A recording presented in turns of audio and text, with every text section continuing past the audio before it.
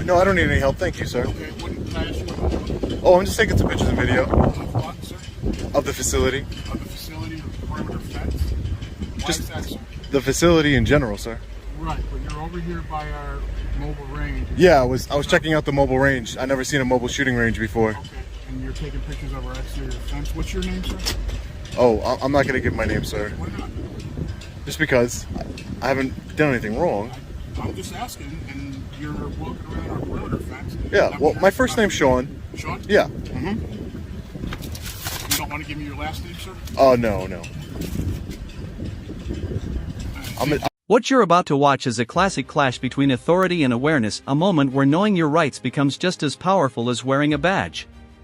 We've got a rookie deputy, a highly experienced First Amendment auditor, and a setting that instantly raises tension, right between a jail and an airport. Two sensitive locations. Two very different perspectives. And one camera rolling the entire time. Now here's the twist: nothing illegal is happening. No crime, no disturbance, no threat.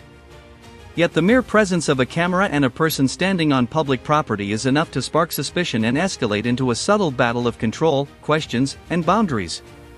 This isn't just about one interaction, it's about the larger conversation around authority, public spaces, and how quickly routine questioning can turn into a test of rights. As you watch, pay close attention to tone, wording, and body language. Who's actually in control here? Who knows the law? And at what point does curiosity become pressure? Let's break down this encounter step by step, because by the end, you might see routine police questioning in a very different light. Can I just get your name and badge number, please? Yeah, it's Deputy Smith. My badge number is 213. Okay. Yeah. What's Thank going you. on? Nothing. You're just one, you're right outside the board of the airport, and two, you're over right across from the jail, so you're kind of in a suspicious area right now. Yeah, I'm just taking some pictures and video. What for? I'm an independent journalist. Okay. Do you have your ID on you? I do have my ID on me, yeah. Yeah, can I just see that, please? For what? Because you're in right next to the airport, Okay. and you're right outside the jail, so I'd like to just see some ID, see what I'm dealing with. How does that help you in your investigation? Because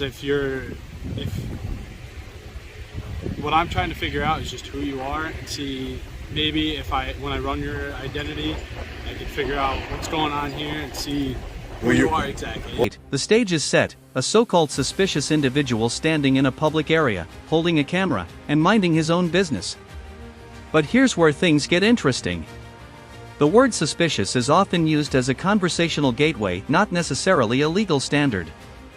Officers may feel compelled to check on anything that seems out of the ordinary, especially near sensitive locations like jails or airports. However, the law draws a line between consensual conversation and a lawful detention. That line can get blurry fast. What makes this interaction compelling is how calmly it begins. No raised voices. No immediate escalation.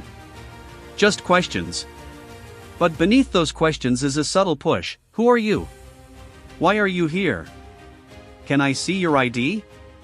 Watch closely as Sean navigates that push. What are you? I just told you, Deputy. I just told you.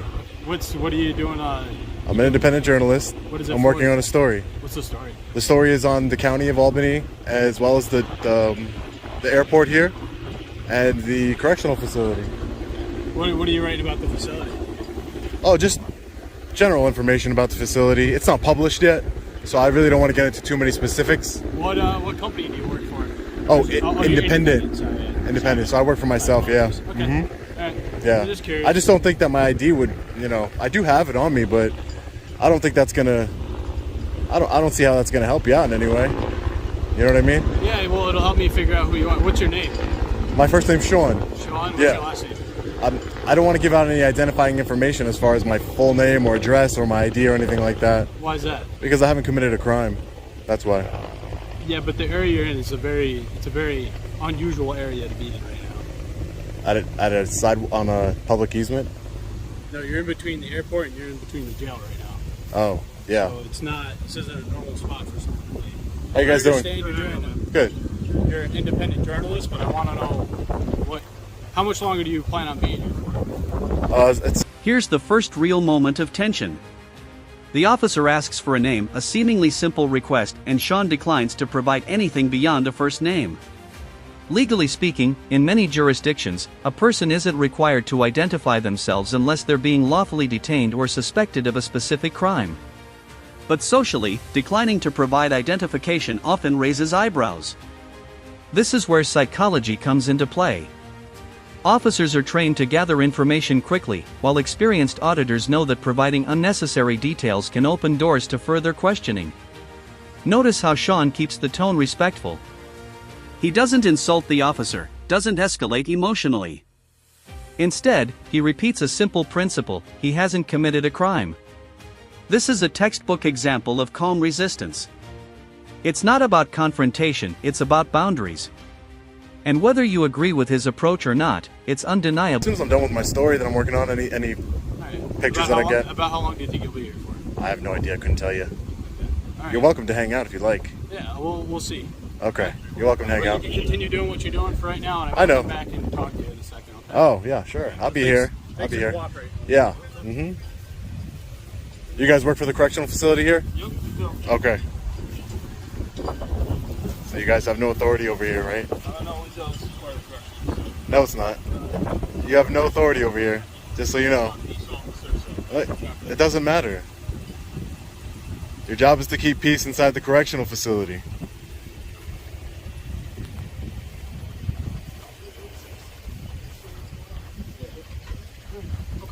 I might just hang out for a minute until he's gone. Okay. If you need anything, just let us know. Okay, thanks. Can't do anything outside the jail. They can't do anything outside the jail. You know that.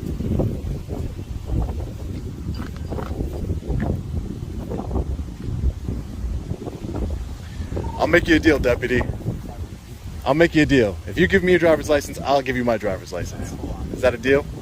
No? Location. Being near an airport and a jail is enough, in the deputy's mind, to warrant further questioning. From a policing standpoint, that makes sense, these are high-security environments.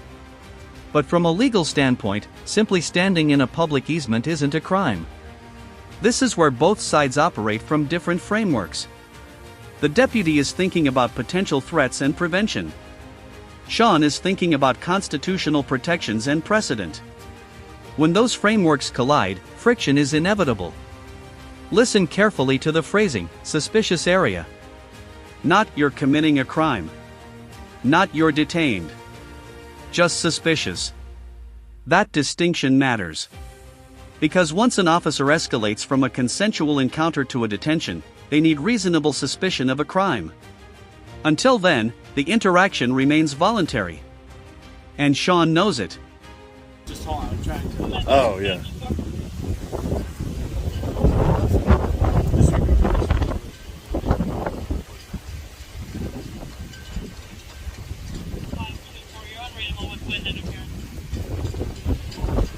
It's windy.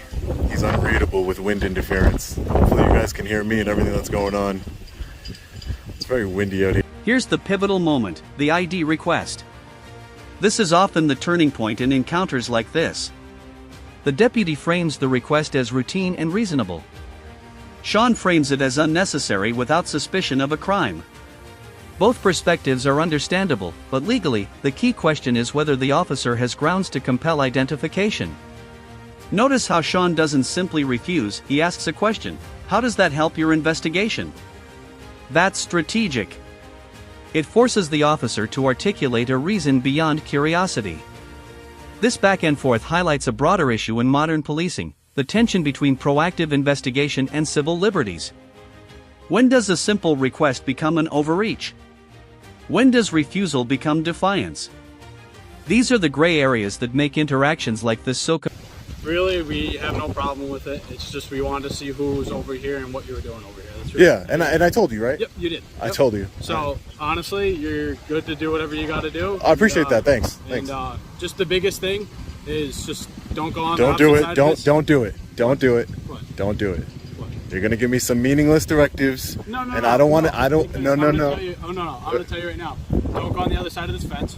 Come It's on. a secure area for the airport. Okay. That's all I'm just saying. Wait, And then when you this walk is when just you so walk you your know. dog later, make sure he has a leash on him.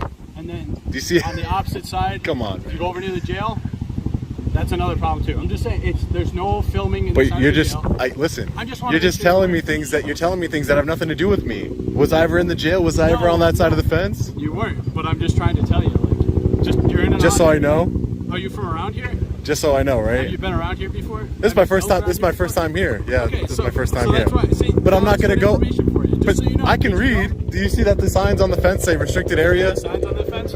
On the other side there is. It is right over there. Yeah. In this area where we're standing right now. Dude, I'm not trying to give you a hard time. I'm Yeah. just trying to figure out who you are. That's all it is. No, yeah, I told you. My name's Sean. I'm an independent journalist.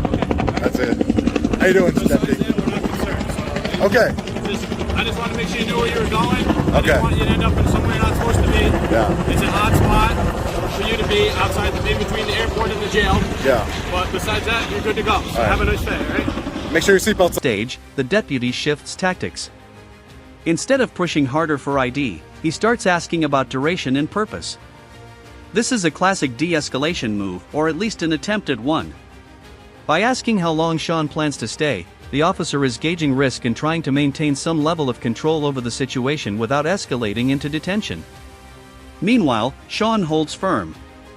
He doesn't provide a timeline, doesn't commit to leaving, and doesn't concede authority that isn't legally there.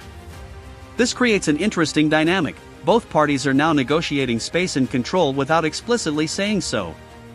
The officer wants reassurance. Sean wants autonomy.